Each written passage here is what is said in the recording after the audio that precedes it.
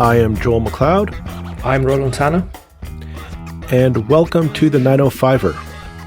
I have a question for you. Are you a parent trying to get back into the workforce after the pandemic? More specifically, are you the parent of a toddler trying to find daycare so you can return to the workforce? If you are, then no doubt you've noticed the jaw-dropping prices to get your child into a spot. In some cases, for a certified daycare provider, depending on where you're living in the province, and especially in the 905 area, the price could be comparable to a second mortgage payment, and that's per child. The cost of daycare in this province has steadily been an issue for families. Especially in light of the COVID-19 economic recovery, it has become a focus point as a barrier for families to return full-time to the workforce. The federal Liberal government has repeatedly made promises to fund daycare since the 1990s, only to have those problems not materialize for some reason or another. Except this time. The federal government has signed agreements with the provinces to fund daycare programs. So far, 8 of the 10 provinces have signed some kind of a funding agreement with Ottawa. As of this recording, only New Brunswick and Ontario have yet to sign on. Here in Ontario, people are wondering what is the holdup for getting a deal signed. The Ontario government is saying that it is being shortchanged in its agreement and wants more money, while the federal government says they are trying not to show any preferential treatment amongst any of the provinces. Today, Tuesday, November 23rd, the federal and Ontario governments are going to be sitting down to try and negotiate an agreement. Late last week, we invited on Federal Minister of Families, the Honourable Karina Gould, to explain the federal government side. We extended the invitation to the Ontario Minister of Education, Stephen Lecce, to come on as well to explain their side, and we've yet to hear a response from them. On a side note, we did have some technical issues on my side of the recording, so I am arriving a bit late to the interview, but I will be there and I do participate. And lastly, think about helping us out on this podcast. Please think about contributing financially through our Patreon and through our Buy Me a Coffee accounts. A small contribution will go a long way to help us tell the great stories like this one of the 905. Links are in the show notes. Thanks and enjoy. Okay, well, welcome, Minister Karina Gould, to the 905er podcast. Really happy to have you today.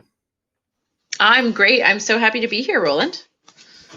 And we should just make a quick mention as we start that you and I have known each other for a long time, from before I was independent, so to speak, and so we have that background, and we're kind of friends. But certainly, we're going to be talking about the issues today, and we'll explore all sides of the debate. Now, perhaps the best way to kind of get going is for you to kind of explain what's going on with the whole childcare issue right now, with what the federal government's trying to do with all the provinces, and what your perspective is, obviously, on why Ontario seems to be one of the slowest provinces to come to an agreement with the federal government. Yeah, sure. So, first of all, our government has the vision to create a Canada-wide early learning and childcare system. This would be, a big social transformation that would have just such a huge tangible benefit and impact on our kids, on families, and quite frankly, on the economy. And so part of that vision are I'd say 4 main elements. The first one is making childcare more affordable. And so within that, we've asked provinces and territories to come up with a plan to reduce fees by 50% within the first year after signing an agreement, and then to get to about $10 a day within 5 years of signing the agreement. Because for families here in Halton, for example, or in the 905 more broadly, for infant care, you could be paying $1,800 to $2,000 a month. For preschoolers like my son, who is 3.5, it can range between $1,200 and $1,600 a month. This is a lot of money, and of course, it's about taking care of our most precious resource, our kids. But it's quite expensive for families. And imagine if you have 2 children who need to be in childcare at the same time. You're talking about almost an entire after-tax salary for potentially one parent. So it's quite expensive. expensive. So making it more affordable is one of the main principles. The second one is also about increasing the number of spaces that are available, because already there's a lack of spaces. So, oftentimes families get pregnant and they immediately sign their kids up for childcare because they know that it's challenging to find a good quality space in their community. So it's also about increasing the number of spaces so that, all families that want to utilize childcare will be able to. And then the third one is really about quality and inclusion. And so it's about making sure that our children are getting the care that they need, but it's also early learning and development, because we know that those early years are the most important for the development of people. And so it's about setting our kids up for success. And then the final piece of this is about workforce development. So if we're going to create more spaces, if we're going to have good quality inclusive childcare, we also need our early childhood educators to be part of that. And we need to value them. We need to pay them a good wage. We need to provide them with professional development and the resources and tools they need to be successful. And we need to attract and retain more of them because they're going to be key to a successful system. So we've managed to sign agreements with 9 provinces and territories so far. This past week, we signed Alberta on, which was very exciting. And so now we have 2 provinces remaining, Ontario and New Brunswick. And we're having good conversations with them. But, there's more work to do to make sure that we can deliver for families right across the country.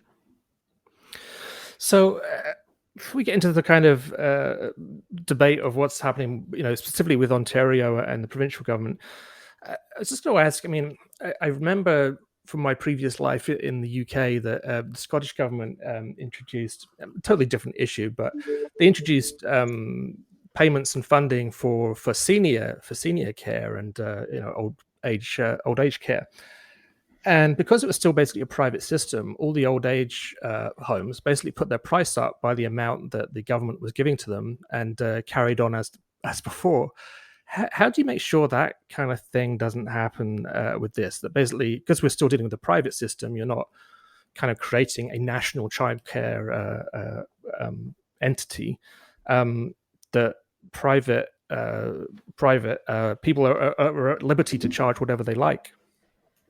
Yeah, so it kind of depends on the province and territory. So we made the decision that we don't want to lose any spaces, and because for the past 50 years there's been a mix of providers that exist within the regulated space, that we want to recognize those spaces so long as they're regulated and licensed in the province in which they exist.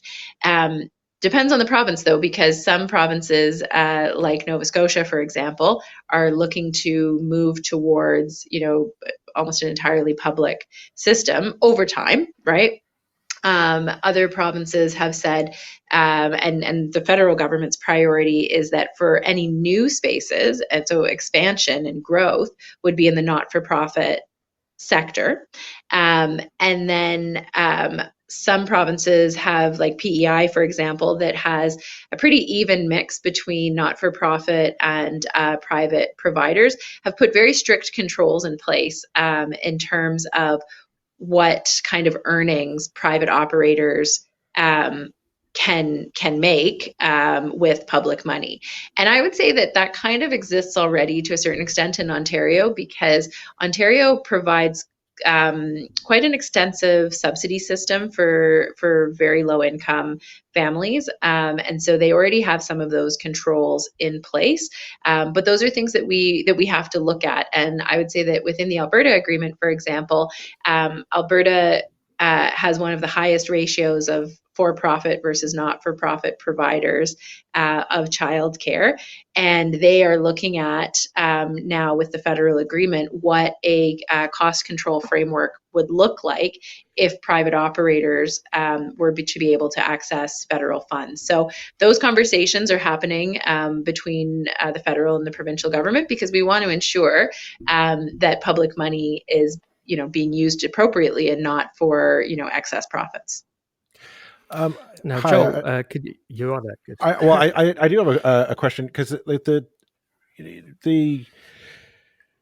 we're talking about like for-profit and non-profit daycare, and like I am coming in a bit short because I had technical issues, but I mean the funding that the federal government is putting up to bring costs down to $10 a day for daycare.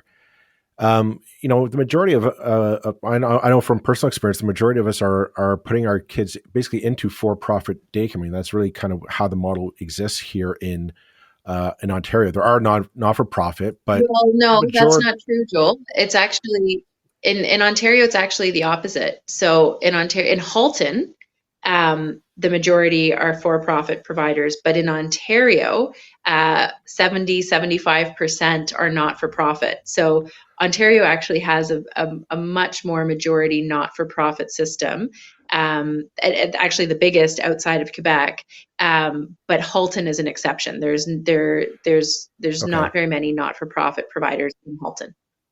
So I mean that comes down to a lot of people in Halton are going to be wondering, okay, so how does this benefit me for $10 to get my $10 a day daycare? Because I know for here in Burlington, shopping around for daycare, it's costly. Like we're talking for a majority of people, we're talking about putting in almost like a second mortgage payment into the household budget just for one child in daycare.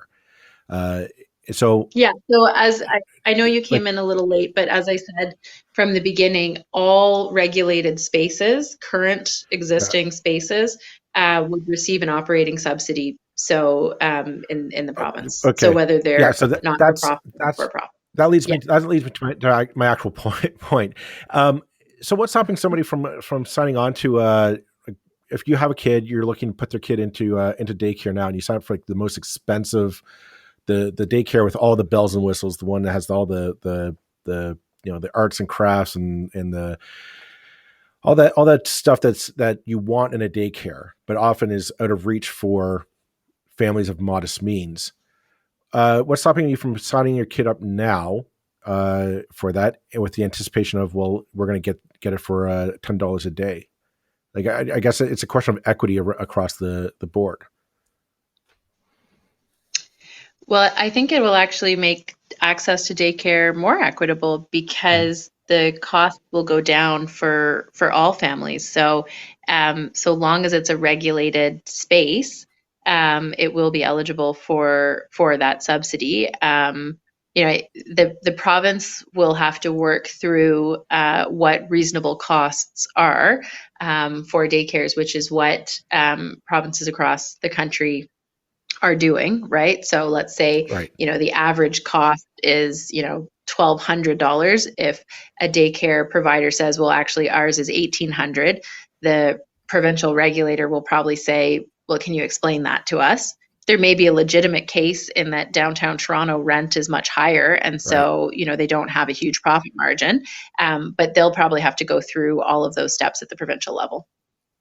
But we're not gonna So look like the argument, I just want to say, like, we're not gonna look at a lack of quality if this deal is put forward, and which is something that I know a lot of parents are going to be concerned about. Like, they don't if you're paying, the idea is that you're paying more, you're going to get better, but we're not going to lose that quality if this deal goes through.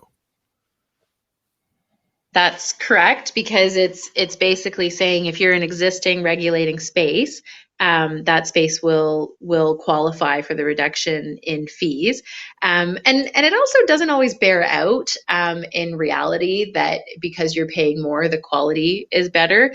That may be a feeling, but it's not always the case, because there are lots of really fantastic not-for-profit providers that provide excellent care. And the experience in Halton is a bit different because we don't have a lot of not-for-profit providers. We don't have that experience. But last week I was in Hamilton at one of the umbrella centers, which is actually directly connected to the school board. So it's an extension essentially of the education system, and the quality, the care is excellent. And what's really neat about that is that as a parent, one of the stressful things is when you move your child from daycare to school. Well, in this umbrella with the umbrella group in Hamilton, well, your kid goes in one door for their daycare, and then when they move on to kindergarten, they just go in through another door, but in the same building, with the same playground. I mean, the playgrounds are separated for daycare versus school-age children, but it's a continuity of care and education, which I think is really exciting. So coming to the debate that's currently going on between you and Ontario, which has obviously got quite a few headlines in the last few days. This kind of the initial kind of story was you said in an interview you weren't really sure why Ontario was dragging its heels. Do you have a better idea now than you did a week ago? Well, I don't really want to negotiate in public, but I think the fact of the matter is that Ontario is now reaching out much more aggressively than they were a week ago, and that's a good thing, because hopefully that means that we're going to get it closer to signing an agreement that's going to benefit families in Ontario. And does it come down to, I mean, the logic that seems to be getting made in the media is that, well, Ontario, we already do more because we have all-day kindergarten and things like this, and as a result, the federal government needs to pay more to make it fair in Ontario, and also that the cost of childcare, and this is a fair point, the cost of childcare in Ontario are much higher than they might be in Saskatchewan or other provinces. Is that a fair representation of well, I guess I shouldn't be asking you to defend their point of view, but how do you answer those points that Ontario is the most expensive province in the country to live in, with perhaps double childcare fees somewhere. I mean, and so therefore Ontario deserves more. Well, so yeah, I mean, I think you need to ask Ontario about their reasons. But what I can say is that, families in the Lower Mainland in BC and Vancouver might argue that point. I mean, they have very expensive childcare there as well. There's even in the North, right? Like in the North, there's a whole bunch of other considerations that, in terms of infrastructure and access, that make the costs difficult and challenging. So what we've done is we've said you are going to get the proportion of the funding allocation that is based on the number of children that you have in your province age 0 to 12. And every province has gotten that calculation. And so what is on the table is fair. It is equivalent to the number of 0 to 12-year-olds that Ontario has. Ontario has about 37.8% of the 0 to 12-year-old population in Canada, and they are getting exactly 37.8% of the funding that we have available for this initiative. And the other thing is that all provinces are doing things in early learning and childcare, right? To different degrees.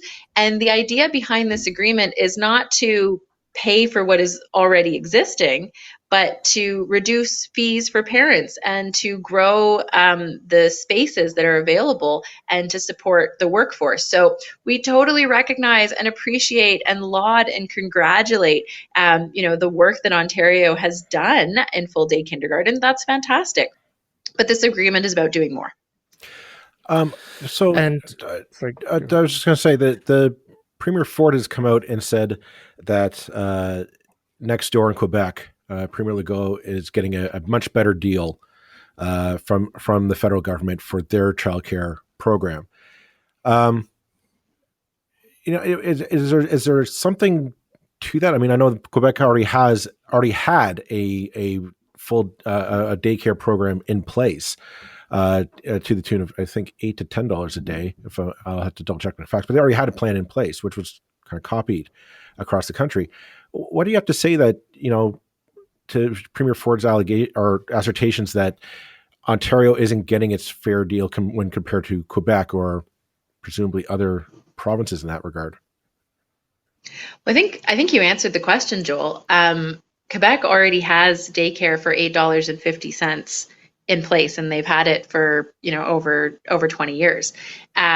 So it wouldn't really be right for us to say to Quebec, well, you need to get to $10 a day when they've already surpassed that, right? So it really is apples and oranges. Ontario has a lot of the right building blocks to get to $10 a day, to get to that 50% reduction within the year, to grow in the not-for-profit sector. But they still have to, we still want to meet the objectives that we have. And the other thing that I would say is that, this is a great deal for Ontario families, right? Like, this is about supporting our families. And the $10.2 billion on the table is going to make a world of difference for families. Like, Joel, I know you have kids, and like, imagine, when you put your daughter in daycare, like, you were paying $10 a day, like the difference that would make for your family's finances. On that note, I actually did calculate it. Listeners may remember 4 years ago, the Kathleen Wynne provincial government was proposing free daycare. And my family sat down, we worked out the math. We would have saved about $13,500 a year on daycare costs. Yeah. And those prices would have gone up because of inflation. That was 4 years ago. Yeah. Yeah. Like, that's pretty, like, that's a car. That's super significant, right? Like, that's super significant. Yeah. Yeah. Yeah. Well, I know we don't have you for too much longer, Minister Gould, but I mean, how far apart do you feel you and the provincial government are now, or do you think that this is all part of the sort of the negotiation process by which the two sides kind of put pressure on each other, and a deal will get done relatively soon? I feel very confident that we're going to come to an agreement. I really do. And I am very committed to making sure that that's an agreement that is going to benefit Ontario families. So I think we're going to get there. I feel good about that. And we're going to do everything we can to get it done quickly so that families can see a benefit soon. What would the consequences be in your mind if Ontario is one of the only provinces not with this agreement in place? What do you see are the consequences down the road? Well, I mean, I think it would be, first of all, a shame for families in Ontario, because there is $10.2 billion on the table that could go to helping them in the immediate term. Like, just before we got on this podcast, I was doing an announcement in Regina in Saskatchewan. Saskatchewan is going to retroactively reduce fees by 50% to July 1st of this year. So families in Saskatchewan who have a kid in childcare are going to see an immediate benefit, like, in the coming weeks, which is going to be so important for them. And then on a go forward basis, those fees are reduced by 50%. So, like, it's so tangible, in terms of what the difference is. In Alberta, the agreement that we announced on Monday, they're reducing fees by 50% as of January 1st. So in 6 weeks, parents are going to see, like, a real reduction in fees. So as a first consequence, it would mean that Ontario families are being left out.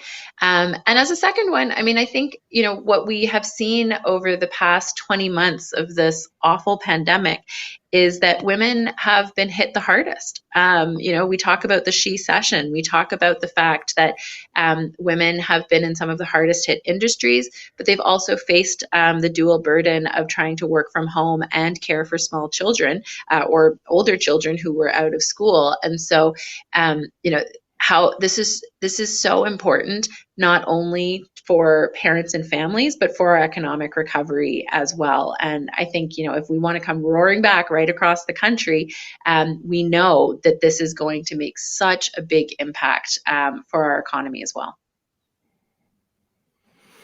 Okay, well, I think probably we're going to have to wrap it up here, Minister Gould, because I know you have another meeting in a couple of minutes. But thanks so much for joining us today and spending some time explaining your side of the story. We've also invited the Stephen Lecce, the Minister of Education, and we don't know if he's going to want to put his side, but we shall see. Thanks so much for joining us today. My pleasure. Thanks for your interest.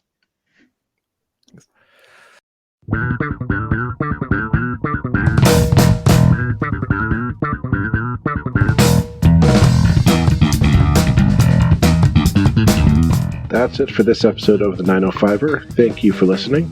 As always, you can send us your feedback, thoughts, and concerns or ideas for future episodes to our email, info@905er.ca. We'd love to hear from you. You can help us keep the 905er going by financially supporting us through Patreon as well as PayPal. Visit us at 905er.ca and click on the support tab. As well, links are in the show notes for your convenience. Lastly, you can find us on social media. Search for _905er on Facebook, Twitter, Instagram, and LinkedIn. So long for now. See you next time.